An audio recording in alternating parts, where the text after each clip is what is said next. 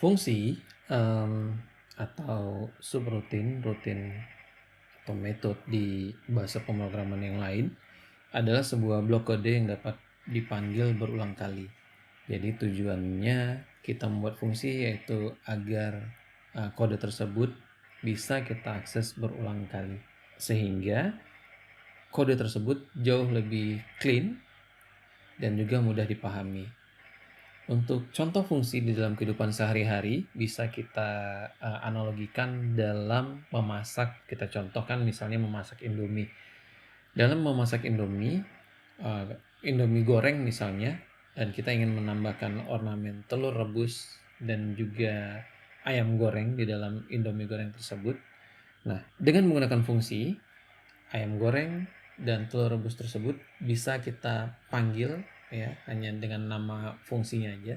Contoh misalnya nama fungsinya fungsi telur rebus dan juga fungsi ayam goreng untuk digunakan pada saat kita memasak Indomie rebus. Jadi tahapan-tahapan pada saat kita membuat telur rebus dan juga ayam goreng itu tidak perlu lagi diidentifikasikan secara berulang. Jadi cukup memanggil fungsinya sehingga tentu hal itu jauh lebih sederhana dan juga lebih clean.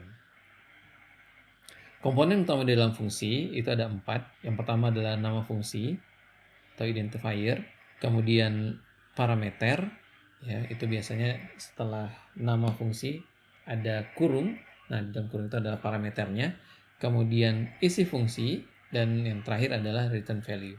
Nah, 2 dari komponen utama fungsi ini bersifat wajib ada, yaitu nama fungsi apa, kemudian isinya fungsi tersebut itu untuk apa.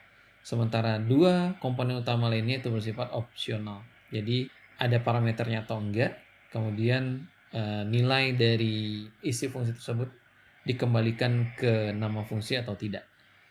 Sebagai contoh di sini kita bisa lihat dari 3 contoh di sini. Yang pertama adalah tanpa parameter dan juga tanpa return. Contohnya ada sebuah fungsi namanya salam, di mana dia tidak punya parameter dan isinya cuman menampilkan string selamat pagi. Nah, string selamat pagi ini juga tidak membutuhkan return karena dengan memanggil fungsi salam ini, maka output ataupun isi dari fungsi itu akan terpanggil.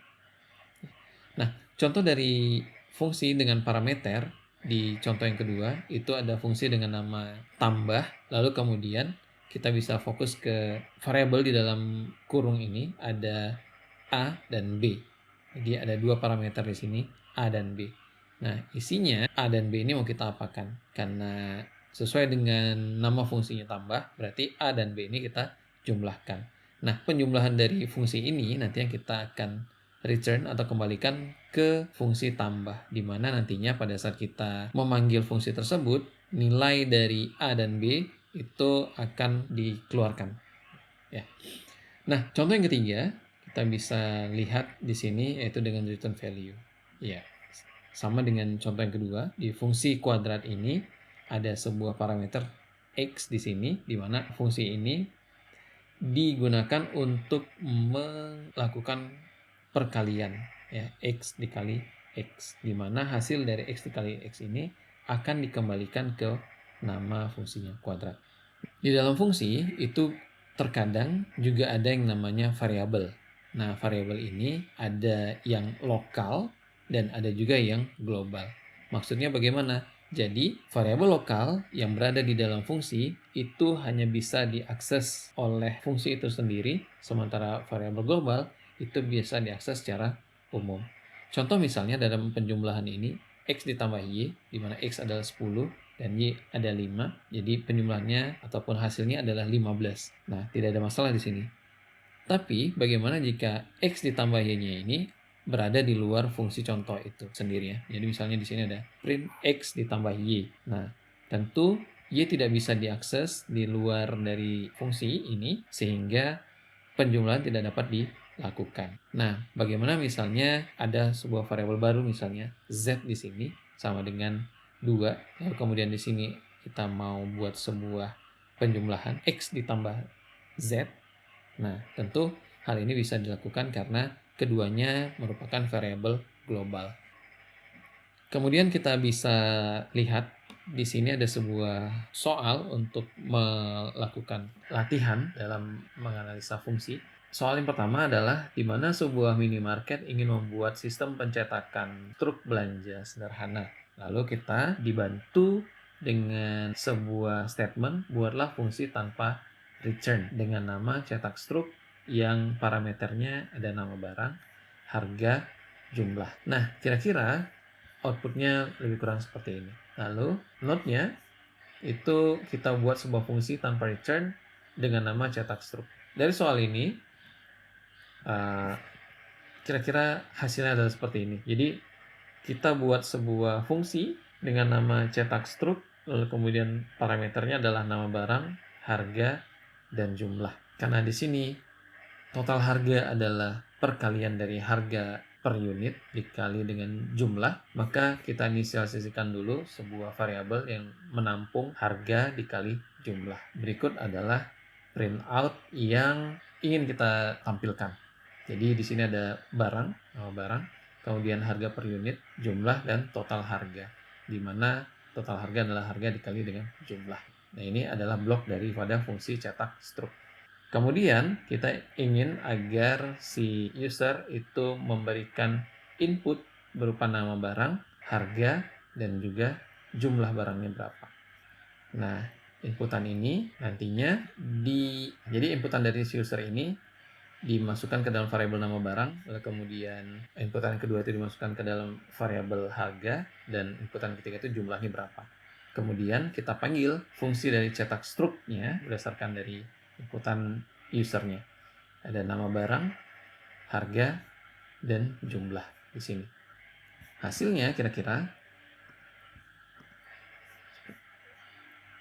ya, jadi masukkan nama barangnya apa mungkin shampoo, harga per unit katakanlah 2000, yang saset mungkin ya. Kemudian masukkan jumlah barangnya 2. Sehingga outputnya lebih kurang seperti ini ya. Jadi ada struk belanja, barangnya sampo, kemudian harga per unit 2000, jumlahnya 2. Total harganya 4000. Nah, demikian contoh dari fungsi dengan parameter namun tanpa return. Oke, kita balik ke slide-nya dan kita masuk ke soal nomor 2. Nah, di soal nomor 2 ini masih sama-sama terkait dengan penjualan barang, tetapi kasusnya sedikit berbeda, di mana sebuah toko elektronik ini meminta kita untuk menghitung harga setelah diskon. Oke, di mana kita meminta pengguna untuk masukkan nama barang, lalu kemudian harga awal barang, dan juga persentase diskonnya berapa. Nah, lebih kurang outputnya seperti ini nantinya. Ini ada barangnya apa, kemudian harga awalnya berapa, diskonnya berapa, dan harga setelah diskonnya berapa. Nah, dari soal ini kita ingin melatih bagaimana membuat fungsi dengan beberapa parameter dan juga mengembalikan nilai fungsi tersebut ke dalam nama fungsi. Nah, soal nomor 2 lebih kurang jawabannya seperti ini, di mana kita membuat sebuah fungsi dengan nama hitung diskon, yang parameternya adalah harga dan persen diskon. Lalu kita membutuhkan sebuah variabel baru untuk mendapatkan harga potongan. Oke, jadi harga potongan itu berasal dari harga dikali persen diskon per 100. Dan setelah kita mendapatkan potongan, kita dapat menghitung berapa harga setelah diskon, di mana rumusnya tentu harga dikurang dengan potongan. Nah, hasil dari harga setelah diskon ini itu dikembalikan ke fungsi diskon. Oke. Nah, ini fungsinya, di mana nama fungsinya adalah hitung diskon, dan kita diminta untuk mengembalikan nilai harga setelah diskon ke dalam hitung diskon. Oke. Lalu setelahnya kita meminta untuk pengguna menginputkan nama barang, harga awal, dan persen diskonnya berapa. Nah, nantinya setelah si user itu memasukkan nama barang, ke dalam variabel nama barang, lalu kemudian harga barangnya ke harga awal dan persen diskonnya ke variabel persen diskon. Nah, kemudian programnya ataupun kode berikutnya itu bagaimana kita memanggil fungsi dari hitung diskon tadi, yaitu di mana isinya adalah menghitung potongan, lalu kemudian kita dapatkan harga setelah diskon, di mana harga dikurang dengan potongan. Nama fungsinya itu hitung diskon, kita panggil hitung diskon. Nah, tapi kita bisa fokus di sini di mana parameternya itu yang sebelumnya harga, tapi di sini kita buat harga awal, sementara persen diskonnya sama.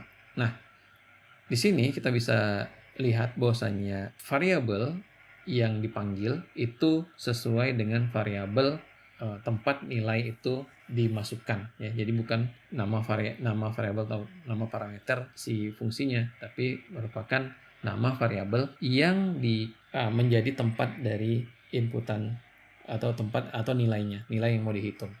Nah, kemudian kita menampilkan hasil dari harga setelah diskon, sama seperti yang tadi ada barang, kemudian kita panggil nama barangnya ini, kemudian harga awal, kemudian diskonnya berapa, oke, persen diskon. Nah, kemudian harga setelah diskon itu kita panggil nilai dari harga final. Kita coba jalankan. Jadi masukkan nama barang, mungkin kita mau buat contohnya iPhone 16. Harga awal barangnya apa ya? Saya nggak tahu. Kita anggap aja 18 juta.